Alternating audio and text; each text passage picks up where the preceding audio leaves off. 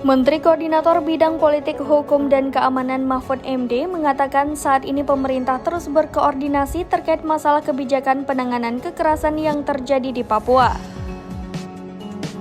Hal ini diungkapkan Mahfud MD pasca terjadi kontak tembak antara prajurit TNI dengan kelompok kriminal bersenjata di Papua pada Sabtu 15 April 2023 lalu.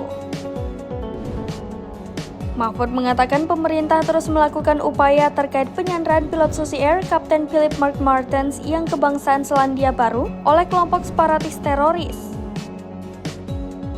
Panglima TNI Laksamana Yudo Margono akan tetap melanjutkan operasi penyelamatan pilot Susi Air yang disandra oleh kelompok kriminal bersenjata Papua setelah baku tembak prajurit dengan KST pada Sabtu 15 April 2023 pukul 16.30 waktu Indonesia Timur.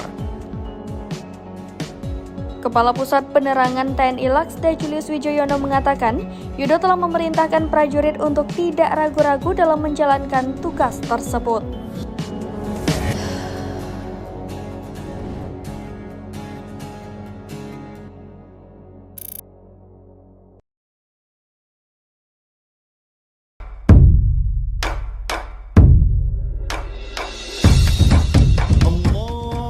Dari studio SerambiNews.com di Menasah Manyang, kami mengucapkan Selamat Hari Raya Idul Fitri 1445 Hijriah.